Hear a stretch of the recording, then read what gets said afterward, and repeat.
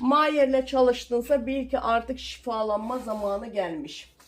Mayer işlemlerinde bereket, çağrış, yükseliş, arınma, gideni getirme, büyüleri bozma, musallatları yok etme, canına, kanına, tamamen negatiflerden arınma yapıyor. Eğer bu şekilde bir çalışma geldiyse, mısır görüyorsunuz, sıradan bir mısır değil. Dükkandan alındı da paketlenip size gelmiyor. Buna özel duası ve niyeti yapılıyor. Niyet ediliyor ki kime gittiyse bereketi artsın, şansı artsın. Ne dertle geldiyse derdine derman bulsun verildi.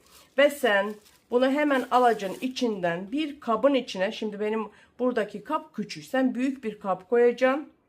Onun içine dökeceğim ve içine ılık su dökeceksin. Ve benim sana verdiğim bereket duasını okuyacaksın. Niyet edeceksin: Allah'ım, güzel Allah'ım, sana geldim, senden medet umdum. Benim yolumu açık eyle. Mayer'e giden yolda şansımı, bereketimi uğurlu eyle diyeceksin.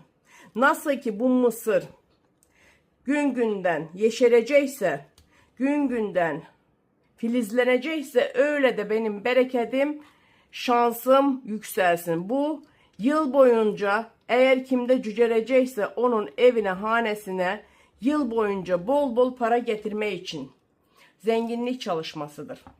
Bunu koydun, burada bir gece kaldı. Bir 24 saat, ne bileyim 48 saat, bunun film izlenmesine bağlı. Ilık su dökeceksin. Ne soğuk ne sıcak, ılık. Ve duasını okuyacaksın. Üstünü bir bezle kapatacaksın. Bekleteceksin. Bu filizlendikten sonra bunu ya toprağa ekeceksin ya yine o kap, ne kap koydunsa onun üzerine yine bir kumaş örterek yine de bunu cücertebilirsin. Toprakta daha güzel olur. Bunun hepsini birden yapma. 2-3 parça yapır.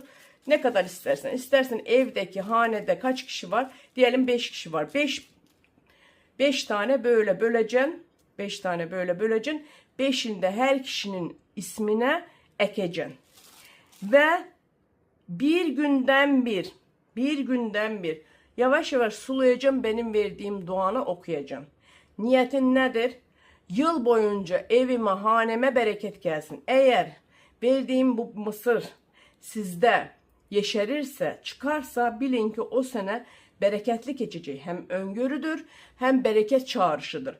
Verdiğim dua da size bereketi getirecek. O duanı ben danışanlarıma özel atıyorum. Evet, sonra bu yeşillenecek, büyüyecek, güzel güzel olacak. Hep bana soruyorlar, ben ne yapayım? Ne yapacaksınız? Yeşillendi, saralana kadar, artık büyüyene kadar yeşillensin. Tabii ki de eğer bar verir